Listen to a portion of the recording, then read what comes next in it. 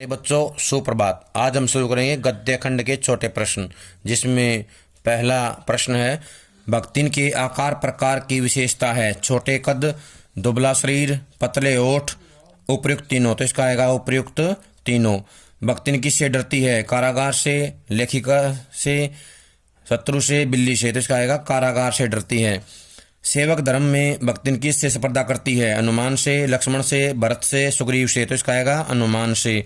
भक्तिन का वास्तविक नाम क्या है? लच्छो, लक्ष्मीन, कम्मो, लक्ष्मी, ये पारो। तो इसका आएगा लक्ष्मीन। लक्ष्मीन जो है इसका उत्तर है। लक्ष्मीन को भक्ति नाम किसने दिया? उसकी माँ ने, उसके पिता ने, लेखिका ने, उसकी दादी ने। तो इसका आएगा लेखिका ने, यानी कि महादेवी वर्मा ने।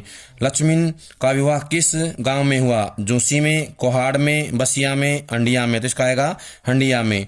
भक्तिन कारावास से किस प्रकार डरती थी? यमलोक की तरह, कठोर परिश्रम की तरह, पराये घर की तरह, अपने ससुराल की तरह। तो इसका आएगा यमलोक की तरह डरती थी। अगला प्रश्न है लेखिका को स्त्रियों का क्या करना अच्छा नहीं लगता था? फैशन करना, सिर घुटाना, प्रेम विवाह करना, नृत्य करना। इसका आएगा सिर घुटाना। महादेवी वर्मा अपने परिवार में किसके लिए प्रख्यात थी? पाक विद्या के लिए, संगीत कला के लिए, दया भावना के लिए, पशु पक्षी पालन के लिए। तो इसका आएगा पशु पक्षी पालन के लिए। महादेवी वर्मा किस जगह कराता है? भक्तिन। भक्तिन किसके लिए थी? तो आएगा पाक विद्या के लिए। भक्तिन का शरीर कैसा था? मोटा, दुबला, लंबा, दिव्य। तो इसका आएगा दुबला। भक्तिन को पिता की मृत्यु का समाचार न देने के पीछे कौन थी? विमाता, बहन, चाची, ताई। तो इसका आएगा विमाता। जमींदार ने भक्तिन को दंड देने के लिए कहाँ खड़ा रखा? छत पर, धूप में, मंदिर में, चर्च में। इसका आएगा धूप में। कितने वर्ष की आयु में भक्तिन का विवाह कर दिया गया? 10 वर्ष, 15 वर्ष, 5 वर्ष, 8 वर्ष। तो इसका आएगा 5 वर्ष की आयु में।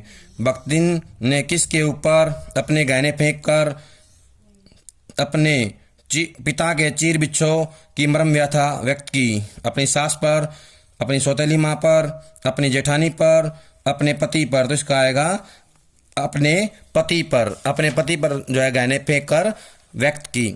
भक्तिन क्या नहीं बन सकती? कठोर, दासी, सेविका, सत्यवादी, हरिश्चंद्र। ये आएगा सत्यवादी हरिश्चंद्र। भक्तिन जब शहर आई तो उसकी घुटी हुई चांद किससे ढकी हुई थी? टोपी से, साफ स्वच्छ चुनरी से, साड़ी के पल्लू से, मोटी मैली धोती से। तो इसका आएगा मोटी मैली धोती से। भक्तिन की जिठानियों के लालों की तुलना किससे की गई है? चंद्रमा, काकभुसुंडी, ज्वालामुखी, हीटर। तो इसका आएगा काकभुसुंडी। लेखिका ने भक्तिन का नामकरण क्या देखकर किया? तिलक, चेहरा और स्वभाव, पूजा पाठ, कंठीमाला। आएगा कंठीमाला। कितने वर्ष की आयु में भक्तिन विधवा हो गई? 29, 26, 28, 36। तो इसका आएगा 29 वर्ष की आयु में।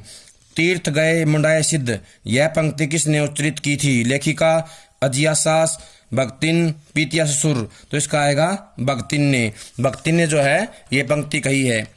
भक्तिन की कहानी कैसी है? दुखद, अधूरी, सुखद, पूरी। तो इसका आएगा अधूरी। अधूरी कहानी है। भक्तिन का गोना किस आयु में हुआ?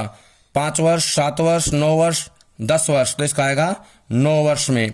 जिठोत शब्द का अर्थ है देवर का लड़का, सेठ का लड़का, लठैत का लड़का, जेठ का लड़का। तो इसका आएगा जेठ का लड़का। जेठ का लड़का होता है जिठोत। भक्तिन की विचित्र समझदारी की झलक विद्यमान थी ओठों के कोनों में, छोटी आंखों में, विश्वास भरे कंठ में, ऊंची आवाज में। तो इसका आएगा छोटी आंखों में।